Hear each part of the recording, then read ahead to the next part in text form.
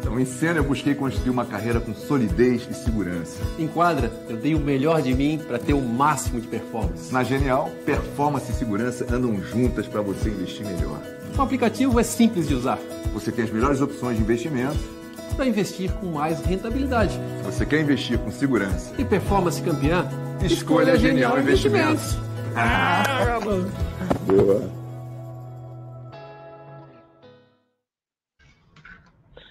Boa tarde, boa noite, bom dia. É um prazer enorme estar aqui novamente. Hoje temos aqui Renato Fragelli, que é professor da Escola de Pós-Graduação em Economia da Fundação Getúlio Vargas. É um prazer enorme ter você aqui conosco, Renato.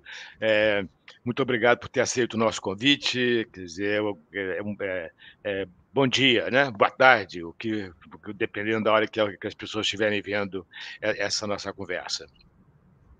Prazer é todo meu, Samar. Estou aqui à sua disposição. Ok, vamos conversar um pouquinho. Quer dizer, a ideia aqui é uma conversa informal. Quer dizer, vamos começar, eu vou te fazer uma pergunta, quer dizer, mas depois vamos fazer uma conversa de verdade. Tá certo? Primeira coisa, quer dizer, eu tenho lido seus artigos aí no Valor, eu acho que tem uns artigos super interessantes. Eu estou muito influenciado pela questão das reformas microeconômicas. Você acabou de escrever um artigo sobre essa questão. Como é que você está vendo essa coisa das reformas microeconômicas? Como é que você está vendo esse processo que aconteceu está acontecendo na economia brasileira desde 2016, de fazer um conjunto de reformas importantes, ainda que poderia ser melhor do que já foi feito, mas de qualquer forma, a minha avaliação, pelo menos, é que a gente tem um ganho importante devido a essas reformas, e essa é uma das razões pelas quais a economia brasileira está surpreendendo positivamente com uma resiliência importante. Como é que você está vendo essas coisas, Renato? Zé Márcio, é basicamente isso mesmo que você acabou de falar, né? Desde que começou o governo Temer, nós retomamos a agenda de reformas, umas maiores, outras menores, mas o governo Temer fez algumas reformas fundamentais, a reforma trabalhista deu uma flexibilidade no mercado de trabalho muito maior do que havia, o número de ações trabalhistas caiu loucamente, fim do imposto sindical, isso é sempre um incentivo à formalização do mercado de trabalho, e num país onde a educação é deficiente, por mais que já tenha melhorado um pouco, mas ainda é deficiente, os trabalhadores acabam absorvendo muito conhecimento no próprio trabalho, né? O on-the-job training. Então, num país feito o nosso, se a população trabalha informalmente, isso é péssimo. Você não tem esse aprendizado no trabalho, não tem muito menos do que poderia ter. Então, a reforma trabalhista foi muito importante. O governo Temer fez outras reformas também importantes, como o fim da TJLP, e nós vimos que bastou tirar o BNDES do circuito, que o mercado respondeu rapidamente. Hoje, o volume de crédito privado financiando investimentos, somado ao do BNDES, é maior do que era quando ainda havia TJLP, ou seja, a evidência empírica mostrou que o BNDES é desnecessário. O BNDES, durante aqueles anos da nova matriz, ele serviu para inibir o desenvolvimento do mercado de capitais brasileiro, além de gerar emprego na Avenida Chile e também enriquecer algumas pessoas com muito contato político em Brasília. Outra reforma do governo Temer, menos falada pelos economistas, mas que foi uma reforma muito importante, foi a reforma política, tocada pelo Rodrigo Maia, mas o fato é que aquela reforma ela restabeleceu a cláusula de barreira de uma forma crescente e acabou com as coligações para eleições de deputados estaduais e federais e também vereadores. Essa é uma reforma que é política, não é econômica, mas ela tem impactos a longo prazo. Nesse governo Bolsonaro, quando Bolsonaro começou a perder o comando da situação, ele fez o pacto com o diabo, aceitou que houvesse uma reforma política que não chegou a estragar completamente aquela reforma do Temer, mas criou-se a federação partidárias, que é uma maneira de não implantar a fusão de partidos, que era a ideia inicial da reforma política aprovada em 2016 pelo Rodrigo Maia e o Temer. A ideia era diminuir o número de partidos no Brasil, e com um número de partidos menor é mais fácil você gerar coligações governamentais, como os cientistas políticos dizem, o que reduz o custo da barganha política. Parte disso, então, foi desfeito pela essa desreforma que o Arthur Lira fez ao criar a federação partidária, mas poderia ter saído muito pior do que saiu. Havia o plano até de voltar a haver coligação para a eleição de deputados, que era aquela coisa absurda, você vota numa lista eleitoral que tinha 10 partidos, em determinados estados você votava numa lista onde estava o PT e o PSDB junto. Isso foi mantido, então as coligações para a eleição não voltaram, isso foi preservado da reforma do Temer de 2017. E a outra reforma do Temer importante foi o teto de gasto, que, como nós sabemos, não é uma solução definitiva, mas era uma parada para forçar a tomada de decisões políticas. O teto de gasto foi concebido pelo Mansueto para ser um instrumento para forçar o parlamento a tomar decisões políticas. Então, um país onde a despesa vinha crescendo acima do PIB há 20 anos, a ideia foi: vamos congelar a despesa em termos reais. Se o PIB continuar crescendo, ainda que pouco, num ritmo de 2,5% ao ano, como a arrecadação do Estado federal é 20% do PIB, se a despesa estivesse congelada em termos reais, a receita cresceria 0,5 ponto percentual do PIB por ano. Na ocasião, nós precisávamos de um superávit primário de 2,5% do PIB e tínhamos um déficit primário de 2,5%, que foi o que a Dilma deixou. Então, com 0,5% ao ano, ao longo de 10 anos, nós geraríamos o ajuste fiscal. Isso é o que estava por trás do teto de gastos, que era, portanto, uma forma de forçar a tomada de decisão. Nós sabemos, né, Zé Marcos, que o Estado brasileiro ele arrecada 34% do PIB. Né? O Brasil, 1/3 do PIB é entregue pelo capitalismo brasileiro ao Estado. Isso é o padrão de OCDE, padrão dos Estados Unidos. Na América Latina, esse número é 20%. Então, se nós ainda temos má distribuição de renda no Brasil, isso não tem nada a ver com insuficiência de tributação. Pelo contrário, a tributação é elevadíssima. Só que esse dinheiro não chega no pobre. Esse dinheiro se perde em remuneração elevada de servidores, em subsídios para empresários amigos, em uma carga tributária mal distribuída em termos de regimes tributários especiais, aquelas distorções todas.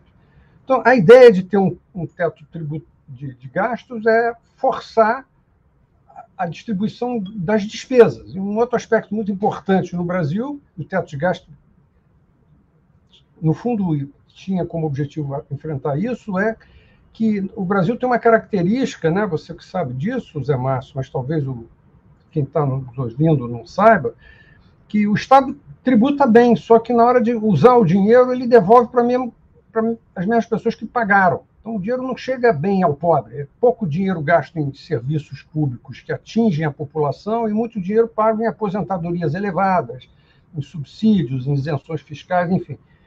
Então, o teto de gastos tinha como meta forçar o debate político, forçar a tomada de decisões políticas espinhosas. E aí, bom, muito bem, aí terminou o governo Temer, o Temer não conseguiu fazer a reforma da Previdência, mas deixou a reforma da Previdência já muito bem debatida. Isso é um aspecto que me deixa otimista com o Brasil, é que a população brasileira entendeu a necessidade da reforma da Previdência. Então, ela não foi feita no governo Temer, mas abriu-se caminho e ela acabou sendo feita no governo Bolsonaro. O governo Bolsonaro fez uma série de reformas microeconômicas, que você estava situando, e fez a reforma da Previdência. O governo Bolsonaro fez também criou o Banco Central Independente. O Banco Central Independente não é uma solução mágica, ele apenas dá mais previsibilidade, mas se não tiver equilíbrio fiscal, com o passar do tempo, a independência do Banco Central, por si só, não é suficiente para manter um país estabilizado, nós sabemos disso, mas é um instrumento de redução de incertezas muito grande. E o governo Bolsonaro fez uma série de reformas microeconômicas, e essas vão dar muitos frutos, né? Então, o marco regulatório do saneamento, ele tende a gerar investimentos com menos risco, um potencial muito grande de investimento. Aí nós tivemos mudanças em marcos regulatórios em outras áreas, navegação, portos, estrada de ferro, lei de licitação, tivemos, enfim, uma série de reformas microeconômicas que são sempre reformas mais fáceis politicamente de passar, porque a população não entende o que está sendo tratado, né? Então, o marco do regulatório do gás, por exemplo, são coisas técnicas, muitas vezes até pessoas instruídas, mas que trabalham em outras áreas, não conseguem julgar bem. O marco regulatório do gás, por exemplo, eu só fui entender depois que eu peguei alguns colegas alguns conhecidos economistas e pedi algumas explicações, são coisas mais específicas. Mas essas reformas foram implantadas. Agora, nós não podemos esquecer, Zé Márcio, que o teto de gasto foi desmontado durante o governo Bolsonaro. Então, teve um primeiro desmonte, que foi a PEC, aquela primeira PEC dos precatórios, e houve essa PEC eleitoral agora, feita às vésperas da eleição. A impressão que eu tenho é que o Bolsonaro ele criou uma armadilha para a oposição e isso passou com uma maioria esmagadora. No Senado foi só o José Serra que votou contra, na Câmara 90 e poucos por cento votaram a favor de um instrumento que desmontou o teto de gasto, né? Então, o teto de gasto, quando ele foi implantado, a concepção é de que a premissa da ideia era, bom, vamos botar na Constituição, porque em estando na Constituição é difícil mudar. Uma reforma constitucional é uma coisa difícil. Você tem que ter 60% dos votos na Câmara, 60% no Senado, em 2 votações separadas, enfim. E essa Câmara e o Senado que nós vimos agora mostrou que mudar a Constituição brasileira é mais fácil do que mudar a convenção de condomínio do prédio onde você mora, Zé Márcio. A Constituição brasileira mostrou-se uma verdadeira piada em termos de dificuldade para mudá-la. Então,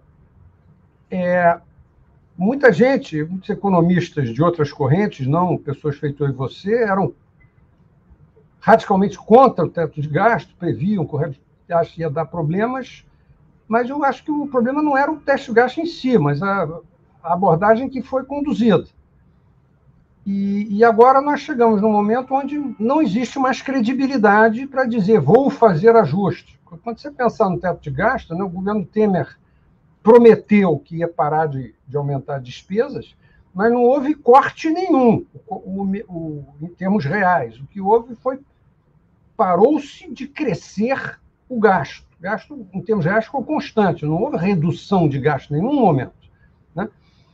E como aquilo tinha uma credibilidade enorme por ter sido amarrado na Constituição, o mercado comprou a ideia, houve queda de juro real no Brasil, nós entramos numa dinâmica de dívida muito melhor. E esse episódio agora do desmonte do teto de gasto feito com o apoio do Bolsonaro e um apoio velado, tácito do Paulo Guedes, mostrou que mexer na Constituição brasileira é fácil. Então, pergunto o seguinte, qualquer ajuste fiscal no Brasil agora não vai poder ser na base da promessa de fazer no futuro. Vamos fazer um ajuste, bota na Constituição, afinal de contas, a Constituição não garante nada. Então, ajuste fiscal no Brasil hoje vai ter que ser feito mais no curto prazo mesmo.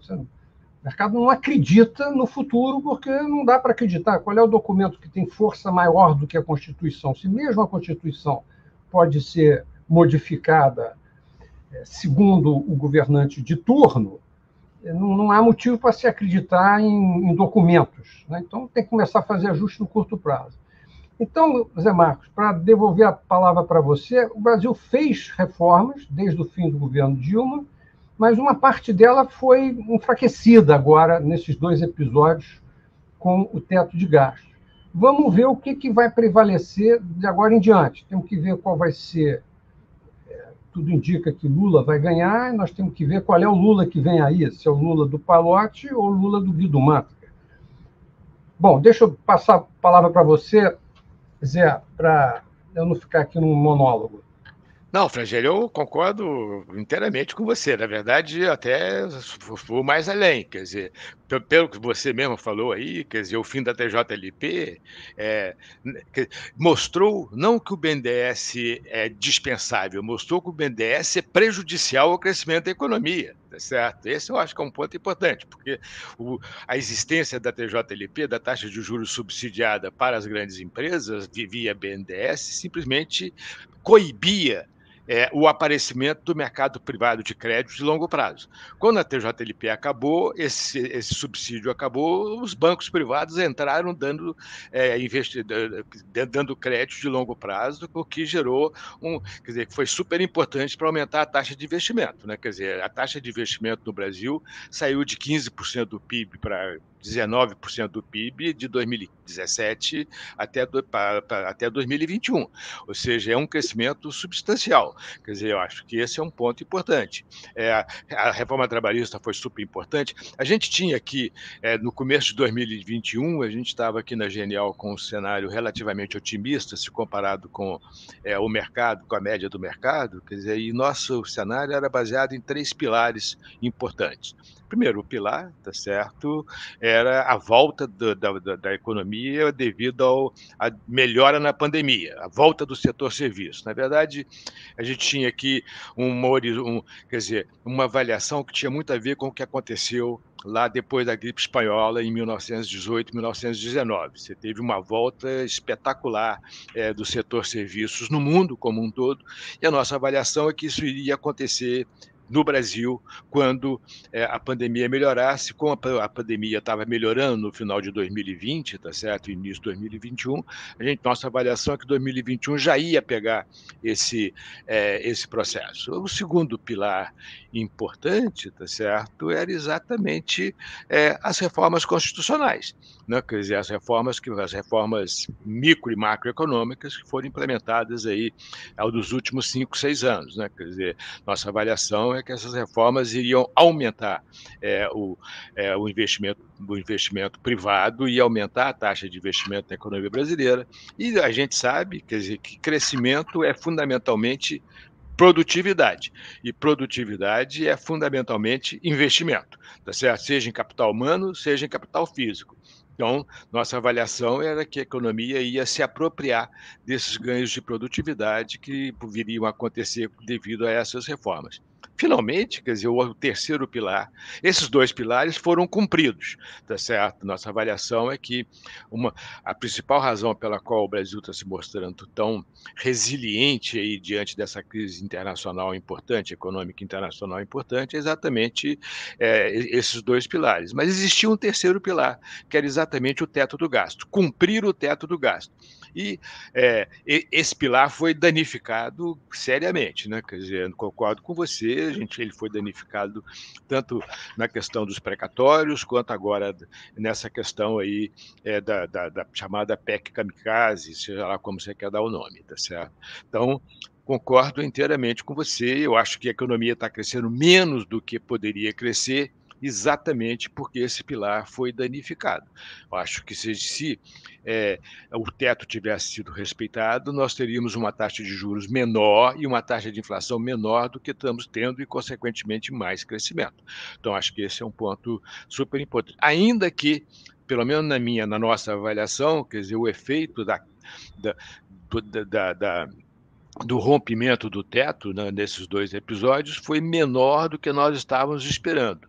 Nossa expectativa era que o rompimento do teto iria fazer com que você tivesse um grande aumento do risco fiscal percebido pelos investidores, fuga de recursos do Brasil, desvalorização cambial, aumento forte na taxa de juros, tá certo? O que iria inibir o crescimento da economia mais do que efetivamente está inibindo. Mas, de qualquer forma, poderíamos ter uma taxa de crescimento mais elevada se não tivesse rompido esse pilar. Agora, o Fragelli, eu devo confessar a você o seguinte, eu ainda acho que o teto é útil. Eu acho que ele ainda tem uma utilidade. Quer dizer, antes de existir o teto, hoje eu concordo com você que o teto perdeu muita credibilidade, mas ainda mantém um de seus objetivos importantes, que é o seguinte, quer dizer, para você furar o teto, você precisa de fazer uma reforma constitucional. E fazer uma reforma constitucional, por mais que tenha se mostrado mais fácil do que o esperado, tá certo? É ainda uma questão difícil. É mais difícil você fazer uma reforma, se você furar o teto, você ter um teto na Constituição e ter que furar, e para furar esse teto você tem que fazer uma reforma constitucional, do que se você não tiver nada, como aconteceu lá no governo Dilma. Você foi simplesmente aumentando gastos, aumentando a dívida como proporção do PIB, e fechou lá o governo Dilma com uma dívida muito alta como proporção do PIB, que gerou aquela recessão que nós tivemos lá em 2014, 2015, 2016, que foi a maior recessão da história do país. Então, quer dizer, ainda que eu concorde com você que tem uma perda de credibilidade importante aí no teto, acho que a gente vai ter que fazer alguma reformulação nessa regra, de tal forma que o teto volte a ser mais crível. Ainda assim, eu acho que o teto continua útil, ele continua cumprindo uma parte do seu objetivo, que é tornar o aumento de gastos um custo, criar um custo para o governo quando ele tenta aumentar o gasto, tá certo? Agora, uma coisa curiosa, interessante, que até a aprovação aí dessa PEC kamikaze, tá certo? Existiu uma avaliação entre alguns economistas, pelo menos, de que um dos grandes problemas da economia brasileira é que era muito difícil fazer reformas porque exigia uma reforma constitucional. O que a gente está falando aqui é que, na verdade, é muito mais fácil do que parece, dependendo do que você quer, que reforma que você quer fazer, né? Então, eu acho que esse é um ponto interessante, que eu acho que vale a pena a gente pensar. Agora, como é que você está vendo o futuro, Fragelli? Já vou falar do futuro já. Sobre o teto ainda. Zé Márcio, uma coisa é fazer uma reforma antipática, reforma da Previdência, claro, reforma de criação do teto de gasto, reformas que impliquem parar de gastar ou aumentar a tributação. Agora, reforma que implique gastar mais, que foi essa PEC eleitoral aí é facílimo fazer reforma constitucional no Brasil. Nós vimos isso, é facílimo. Você gera um consenso entre a classe política. Então, nós temos a dificuldade em fazer reforma constitucional no Brasil, ela é absolutamente assimétrica. Para gastar mais é facílimo. É mais fácil do que mudar a convenção de condomínio do seu prédio. Agora, para gastar menos é uma novela, é uma reforma da Previdência, são décadas para fazer, né? Mas, enfim, então esse é um detalhe. Outro detalhe que eu estava pensando quando você estava descrevendo aí as suas ideias, o Zé Márcio, tem um aspecto interessante. Quando houve a debacle da nova matriz, 2015, 2016, o país despencou e havia pessoas mais ingênuas, eu chamaria de ingênuos, que achavam que isso podia haver uma retomada depois daquilo, uma retomada firme. Eu nunca acreditei nisso, e, a posteriori, a minha desconfiança se mostrou confirmada, porque foi o seguinte: boa parte dos grandes investimentos que ocorreram lá no reinado da nova matriz foram investimentos que foram jogados no ralo. Então, nós estamos falando de refinarias de petróleo com Perge e Abreu e Lima, onde o dinheiro foi jogado no ralo. Estamos falando de Sete Brasil, enfim, investimento muito ruim, né? E agora os investimentos que estão sendo feitos agora são investimentos feitos pelo setor privado, com financiamento privado, ou seja, em princípio, temos tudo para acreditar que a produtividade dos investimentos que estão em curso seja muito superior àquela produtividade daqueles investimentos feitos sob a batuta do BNDES da dona Dilma, tá certo? Então, isso é um aspecto animador do que está acontecendo aqui no Brasil. Bom, você me pediu para falar do futuro. Ô Zé Márcio, o quadro que nós temos hoje, eu vejo da seguinte forma. Eu costumo dizer, tem um amigo meu que diz o seguinte, quando a gente vai para os países desenvolvidos, você vai para a Europa ou vai para os Estados Unidos, você tem que, quando voltar para o Brasil, para não ficar deprimido logo que chega, você tem que fazer uma parada em algum país. Então, se você for para os Estados Unidos, quando você voltar para o Brasil, o ideal é você passar um fim de semana em Caracas, que aí depois, quando você pegar o voo de Caracas para o Rio de Janeiro, você vai chegar aqui achando isso aqui uma maravilha. Tá? No caso, você está vindo de Paris ou de Londres, você devia parar em Lagos, e depois de Lagos, você faz um voo de Lagos para o Rio de Janeiro, que você vai achar isso aqui uma maravilha. Tá? Então, a gente perde um pouco essa noção de que o Brasil não é um país do primeiro mundo, mas é muito melhor do que muita coisa que tem por aí. Né? Em particular, nós podemos comparar o Brasil com a nossa vizinha Argentina aqui. Quando eu comparo a evolução institucional que nós tivemos nos últimos 30 anos, que é o período desses dois países redemocratizados, o que ocorreu no Brasil, o que ocorreu na Argentina, é impressionante. Né? Então, o Brasil ele ainda tem muito o que fazer, mas a impressão que eu tenho é que o Brasil ele segue uma rota de avanço errático. 2 passos para frente, 1 passo para trás, mas ele vai mais ou menos na mesma direção. Ele tem recuos, então, mas o Brasil, dito de outra forma, Zé Márcio, é o seguinte, eu costumo dizer que os inteligentes aprendem com a experiência alheia, os medíocres aprendem com a própria experiência e os idiotas não aprendem. O Brasil é medíocre. O Brasil não é capaz de aprender com a experiência de outros países, feito a Coreia, Taiwan e Chile, mas ele é capaz de aprender com a própria experiência. Então, nós fomos melhorando um pouco. Então, está aí uma reforma da Previdência boa, que foi aprovada. Nós temos um redirecionamento do Estado na economia, reduzindo o seu papel, um BNDES agora já mais amarrado do que era no passado. Nós temos essas reformas microeconômicas de que nós estávamos falando, alguns retrocessos, mas na direção, mais ou menos na boa direção. Né? Agora, vamos ver o que vai haver de agora para frente, porque tudo indica que Lula vai ser reeleito e nós não sabemos quem é Lula. Quem é o Lula? É o Lula do Pallotti, que nomeou o Pallotti um político importante do seu partido, e um político que tinha sido prefeito de cidade importante, então um sujeito que sabe o que é ter que pagar uma folha salarial no final do mês, um Lula que deu carta branca para Pallotti escolher como secretário do Tesouro o Joaquim Levy, amigo nosso, formado por Chicago e com experiência do FMI, botar na Secretaria de Política Econômica o Marcos Lisboa, outro grande amigo nosso, que é um economista que tem uma cabeça microeconômica boa, ou é aquele Lula que bota um Guido Mantega, que vai escolher como assessores, eu não vou dizer aqui o nome, você sabe quem são, que criaram a tal da nova matriz. A gente não sabe qual é o Lula que vem por aí. O que me deixa assim, um pouco desanimado na condição de economista, porque nós, economistas, sabemos falar de variáveis econômicas, de modelos, mas todos os nossos modelos têm as tais das variáveis exógenas, que é aquilo que nós não conseguimos explicar, que são basicamente decisões políticas. E decisões políticas passam ao largo do que economistas podem prever. Nós consultamos os nossos cientistas políticos para eles nos darem algumas ideias, mas eu de um tempo para cá, eu venho mais cauteloso em relação a cientistas políticos, porque eles estão muito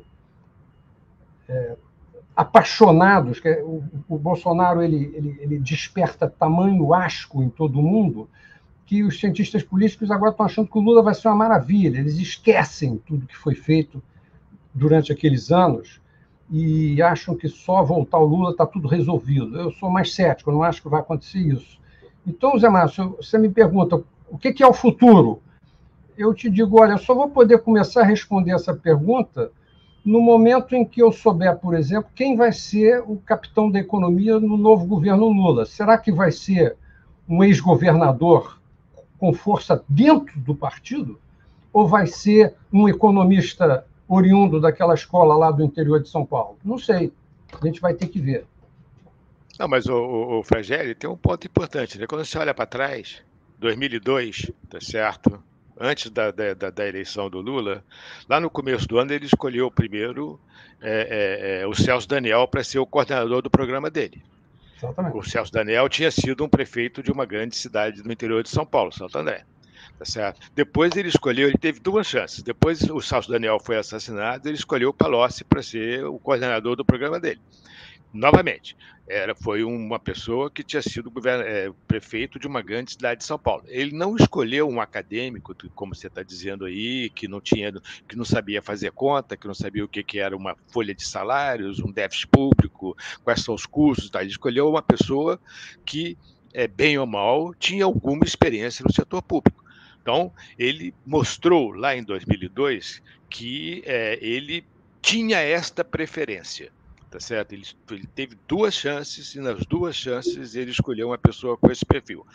Desse ponto de vista, quer dizer, você pode. É verdade que depois ele caminhou na outra direção, mas, quer dizer, com base aí nessa história, é possível que ele escolha um ex-governador do Nordeste, que sabe exatamente o que é um déficit público, etc. A gente não sabe, tá certo? Mas eu acho que esse é um ponto, é um sinal positivo se, por acaso, o ex-presidente Lula se eleger novamente. Ainda que eu não tenha tanta certeza de que ele vai ganhar a eleição, mas isso acho que é outra discussão, tá certo? Acho que as pesquisas estão mudando devagarzinho e tal, isso é uma discussão mais complicada que a gente não tem tanta... exatamente, não tem tanta capacidade para falar. Agora, o que me preocupa, na verdade, o Fragelli, é o seguinte: nós fizemos um conjunto de reformas espetacular aí nos últimos 6 anos, reformas macro e microeconômicas, reformas super importantes que, na nossa avaliação, têm afetado decisivamente o bom comportamento da economia brasileira nos últimos 2 ou 3 anos, tá certo? Agora, quando você olha o passado, você não tem nenhuma reforma importante que o PT fez ao longo dos 13 anos de governo. Certo? Eles fizeram uma reforma da Previdência muito fraquinha e que demorou 10 anos para ser implementada, tá certo? E acabou, tá certo? Então, isso me preocupa mais, né? Quer dizer, porque, bem ou mal, quer dizer, o que o passado está me dizendo é o seguinte: olha, existe uma chance que não é desprezível de que ele escolha lá um ex-governador do Nordeste que tem uma experiência administrativa razoável e que não vai fazer maluquices que foram feitas no governo Dilma por essas pessoas, quer dizer, por esses acadêmicos que a gente está falando. Agora, a probabilidade de você continuar com a trajetória de reformas que tem sido fundamental para gerar crescimento de longo prazo é muito pequena, porque o PT não acredita em reformas. O PT só acredita em investimento público e em gasto público. Então, esse, para mim, é o grande problema, Fragelli. Quer dizer, não é que eu não esteja preocupado com a questão fiscal de curto prazo, porque eu acho que esse é o grande calcanhar de Aquiles da economia brasileira. Mas eu acho que existe aí uma experiência acumulada que meio que aumenta a probabilidade de que essa questão fiscal não seja um desastre num possível terceiro mandato do ex-presidente Lula. Agora, a história também mostra que a probabilidade de você ter reformas estruturais importantes que geram crescimento de longo prazo é muito pequena, porque o PT já mostrou que não acredita nessa coisa de reformas, que isso é coisa de neoliberal reacionário. Certo? Você tem toda a razão. falou da reforma da Previdência do PT. Quando começou o governo Lula, em 2003, foi aprovada aquela reforma da Previdência que era muito corajosa no que diz respeito à Previdência dos servidores públicos. Isso. E a reforma aprovada na ocasião, com apoio do PSDB, com apoio do Centrão via mensalão, né, que muita gente diz que o Centrão apoiou aquilo porque recebia mensalão, eu não vou entrar nesse mérito, mas o fato é o seguinte, aquela reforma foi uma reforma muito corajosa, porque o resultado dela, o que é? Servidores públicos, a partir daquele momento, os novos servidores públicos, passariam a ter suas aposentadorias pagas pelo Tesouro até o teto do INSS. E o que ultrapassasse o teto teria que ser financiado por um regime, em regime de capitalização, um FUNPRESP, que foi criado depois. Essa reforma foi aprovada, um fundo de previdência em regime de contribuição definida, ou seja, a viúva não garante nada. Se tiver roubo, o problema é de quem vai receber o benefício. Só que estourou o mensalão em 2005 e havia uma percepção, tenho a impressão que a percepção do Lula é que ele corria o risco de perder o mandato ali, o Lula foi buscar apoio político nas suas velhas bases, que eram os sindicatos, que estavam contrariados com aquela reforma, né? Sobretudo sindicatos de servidores. E aí o Lula, que é um hábil negociador da negociação política, o que ele fez? Ele mandou a reforma para o Congresso, mas não fez nenhum esforço político para que aquilo tramitasse. Então a reforma ficou dormitando no Congresso até o fim de seu mandato, e eu diria que foi a única coisa, única, não sei, mas talvez a grande... Tem que dizer alguma coisa boa que aquela senhora fez. E aquela senhora, ela pegou essa reforma, tirou da gaveta e falou: não contrato nenhum servidor enquanto isso aqui não estiver regulamentado. E aquilo foi regulamentado. Passou a regulamentação, a partir de 2013, os servidores contratados foram todos contratados sob esse novo regime previdenciário. Isso foi uma grande mudança. E essa foi a mudança feita pelo PT, inteiramente feita pelo PT. Né? Como você bem disse, o PT não tem uma cabeça reformadora, não está no DNA deles, mas eles aprendem com os próprios erros, o Zé Márcio. Então, é possível que eles estejam vindo aí com a tentativa de repetir aquilo que deu certo. Diferentemente de você, Zé Marco, eu tenho mais confiança de que o Bolsonaro vai ser derrotado do que o contrário. Eu acho que o Bolsonaro ele não vai chegar ao segundo turno, mas vai ser derrotado no segundo turno por motivos evidentes. Não vai dar tempo dele se recuperar. Mas a questão é saber assim, quem vai ser, então, o gestor da política econômica do PT? Vai ser um ex-governador poderoso do PT, com capacidade de convencimento dentro do partido, ou vai ser uma pessoa mais fraca? Você bem citou que em 2002 o Lula nomeou o Celso Daniel e depois o Pallotti. Até agora nós não temos um nome despontando como sendo o nome que seria o substituto do Celso Daniel ou do Pallotti. Você saberia me dizer que nome é esse? Eu não sei. Para mim isso é um mistério. Né? Então, eu permaneço cético em relação ao que vem por aí. Não, quer dizer, é difícil saber qual vai ser o nome. Eu posso te citar as possibilidades, né? Quer dizer, tem vários ex-governadores do Nordeste que foram bons governadores. É verdade que é muito mais fácil você ser responsável fiscal nos estados, como governador do estado, do que como presidente da República, pela simples razão de que o estado não consegue emitir título e financiar e criar dívida. Então, quer dizer, tem que, de alguma forma, tem que se manter dentro do orçamento, tá certo? Mas você tem lá o governador do Ceará, o governador da Bahia, o governador do Piauí, todos eram governadores do PT, tá certo? Que foram relativamente responsáveis do ponto de vista fiscal. Então, quer dizer, os nomes estão aí à disposição do ex-presidente Lula, se ele efetivamente conseguir se eleger novamente. Não é por falta de nomes, tá certo? É por objetivo. A pergunta que a gente não consegue responder é o que está na cabeça do presidente Lula e se efetivamente ele vai ser capaz de dobrar, eu vou usar essa palavra, dobrar o PT, caso ele efetivamente queira ter uma política fiscal mais responsável. Bom, Fragelli, foi um prazer enorme ter você aqui. Acho que não quero tomar mais seu tempo. Muito boa conversa.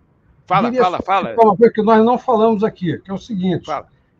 A gente está falando de reformas, né? Tem uma reforma que eu acho que é mais importante que as outras. Quando começou o governo Bolsonaro, se você tivesse que escolher uma reforma só, eu tenho certeza que você, Zé Márcio, assim como eu, escolher. Pô, só dá para fazer uma só? Meu Deus, só uma, não é muito pouco, tem que fazer mais. Mas não só pode ser uma. Previdência, tá certo? Agora nós temos uma situação análoga. Tem várias reformas que têm que ser feitas, mas tem uma que é mais importante que as outras. E eu aponto o dedo. Eu acho que a reforma da tributária. A reforma tributária, ela se desmembra em duas reformas completamente distintas que são complementares. Uma é a reforma da tributação sobre o consumo. Nós temos que criar um IVA, e o projeto correto é aquele do Bernardo Api, lá que originou a PEC 95, que o governo Bolsonaro não quis tocar adiante. Essa reforma é a reforma para gerar eficiência econômica. O país hoje é um país cheio de problemas. A estrutura tributária do consumo brasileiro prejudica a indústria, prejudica o comércio externo, prejudica o comércio doméstico. Um Estado comercializar com outro é prejudicar, o país não comercializa nem consigo mesmo. A distorção completa, e isso tem solução técnica, que é aquela PEC que estava sendo discutida, o Rodrigo Maia tinha encampado aquilo, aquele Baleia Rossi era o relator, mas aquilo, com o advento Arthur Lira, aquilo foi engavetado. E a segunda reforma tributária é uma reforma para tratar de renda. Nós temos hoje no Brasil vários. Se perguntar para mim, os ricos pagam pouco ou pagam muito de imposto no Brasil? Zé Marcos, eu só posso responder essa pergunta se você me disser qual é o regime tributário desse rico. Porque se for um executivo, um alto executivo, diretor de uma grande multinacional, contratado em regime CLT, na margem da produtividade marginal do trabalho dele, ele paga 40% de imposto sem incluir a despesa sob folha que o empregador paga.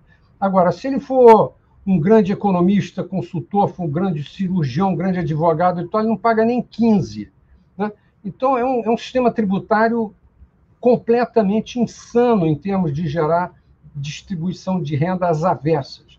Então, são duas reformas tributárias completamente distintas. Uma é, como eu citei, a criação do IVA, que é uma reforma para gerar eficiência econômica, e uma outra para gerar mais equidade tributária.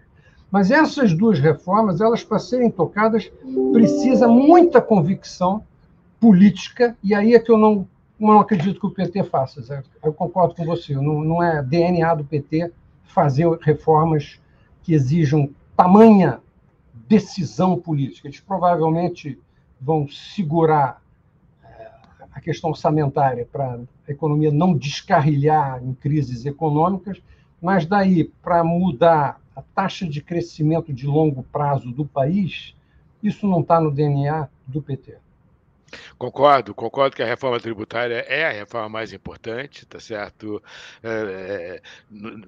Eu acho que vai ter que ser feita, alguma coisa vai ser feita, tá certo? Não necessariamente a reforma do API, que é uma boa reforma, mas não me parece tão fácil, né? Quer dizer, eu acho que é mais difícil do que parece, na verdade, porque você tem aí um problema de mudança na estrutura tributária muito importante, tem muito lobby contra.